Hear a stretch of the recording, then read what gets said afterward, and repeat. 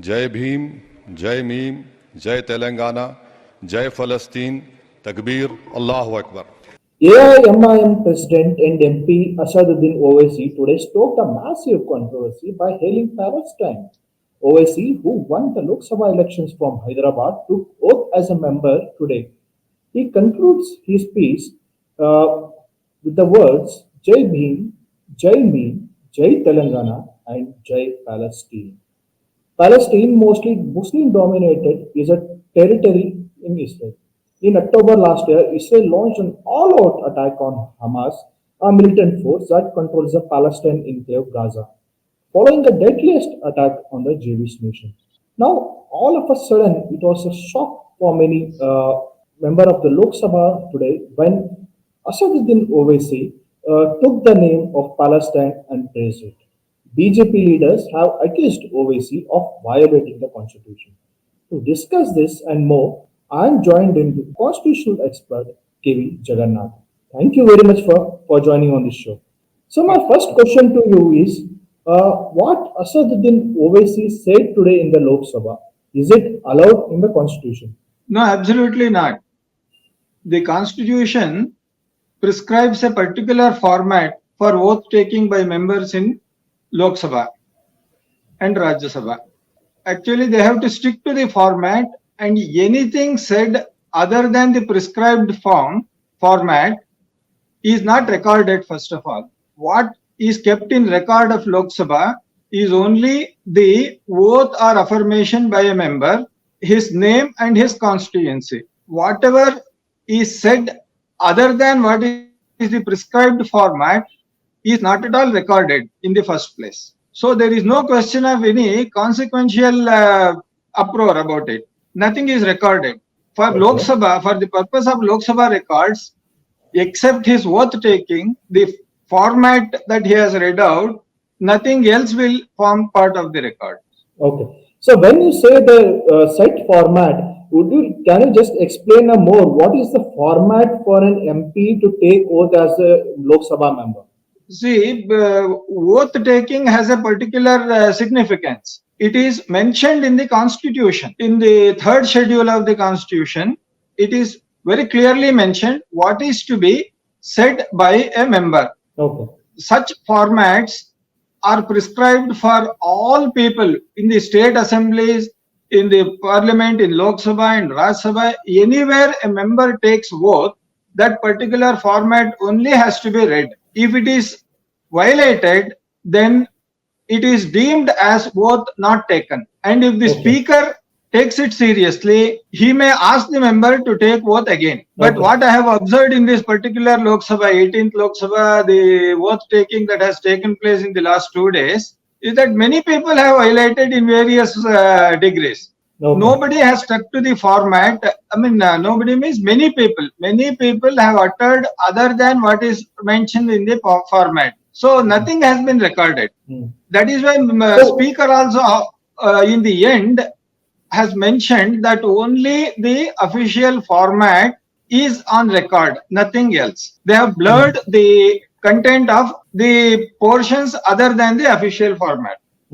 So you just said that many members in this 18th Lok Sabha have not stick to the prescribed format. Would you just like to mention, not the names, just what are the kind of violations that you have witnessed in this Lok Sabha oath taking ceremony? You know, many people take the leader, name of their leader and the name of the god of their liking and the constituency that they represent, like farmers constituency, workers constituency. They take in the name of the workers, they take in the name of the farmers, they take in the name of their father and mother. See, all these are violations. So what does the constitution say, sir? What are the rules that are allowed? On what name or what are the set prescription, like what the constitution says on what names the members can take oath on? You know, constitution prescribes a 3-line format for oath taking. A member has to mention his name, only his name, and adding his name, he or she has to read out the 3 lines that is prescribed in the format. Nothing is to be added or deleted from that format. Whatever may be the words that are added are violative of the format. Okay. So if we see, if we take again the case of Mr. Owaisi, so is this a violation of the vote taking procedure according to the constitution? That's what you are saying, right? Certainly it's a violation, and that too when he has taken the name of a foreign country that is not very friendly with India. It doesn't go well with the people actually as such. So now, what is the next procedure the speaker or the pro tem speaker, which is who is currently now the sitting in the chair? What are the options before him, and what are the next procedures according to the constitution? As of now, I don't think speaker has taken adverse notice of it. If some members go to speaker and insist that this is to be annulled, this is to be called null and void, then speaker may take a decision, and the consequential action is that member will have to come and take oath once again. Okay, without mentioning such statements or Yes, controversial sticking which to the is format. okay. So if we speak more, if you can tell more on the what the set format is, because we have seen that several people taking in the name of God. Is there a provision like we should not mention the name of the God, or many people, as you mentioned earlier, praise the constitution to constituency people and praise some of the leaders as well. So all these are violations. So what is the exact prescribed format on whose name the members can take the oath? The set format is the first word is I, then name, then having been elected as a member of so and so Lok Sabha, Rajya Sabha, State Assembly, anything. Do swear in the name of God or do solemnly affirm. The believers will take the name of God, whichever religion they may belong, God is one. Okay. A Muslim cannot say in the name of Allah.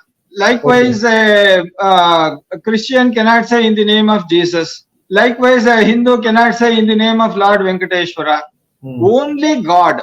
Do swear in the name of God. In the place of God, if anything else is said, that is violation. Or if it is affirmation, then it is standard. I don't think in the affirmation anybody violates. Do solemnly affirm. Then that I bear allegiance to the constitution and all those things. There are 3 lines set format. Right now I don't have it before me, but it's a set format. You must have heard in the Lok Sabha, so many people have read out. Everyone has read out. Nobody can delete even a word from the set format. They have only added more and more words. Okay, so we have also seen several people, including the current members of the parliament, taking oath on the name of constitution. So, is it allowed? Instead of God, they have said constitution. Is it allowed? No, only the set constitution form is allowed. If others take objection to it and go to speaker and raise their objection, the speaker will take a decision whether to call the member to take oath once again. The member can take oath in front of the speaker also in his chamber. That is also allowed. Okay. So now in this current digital era, so the message once the member takes oath or violates, like in the case of Owaisi now, he has said Jai Palestine. So now the message has been already passed. So now the speaker can expunge it or delete from the records, but the message has already been passed. So how do you see this? Whatever that may be the violation according to the constitution, and that might be expunged, but the message what he wanted to send is already been done. So is there any provision that can be undone? No, right now there is no such provision. As I said, at the most, members who are aggrieved by the words that uttered by Mr. Owaisi, those aggrieved members can go to the speaker and lodge a formal complaint that this member has taken the name of a foreign country which is not very friendly with India and it doesn't go well with the our present dispensation. So, speaker may in his wisdom take a decision either to condone the violation committed by the member or to ask him to take oath once again. Beyond which, I don't think there is any other provision, thing that can be done right now. Okay. So, what if any of the members do not object, but some particular members have violated the constitution while taking oath? So what happens in that case? Now, as I said, since those things do not form of record at all, it doesn't last for the posterity. It has already gone in thin air. Hmm.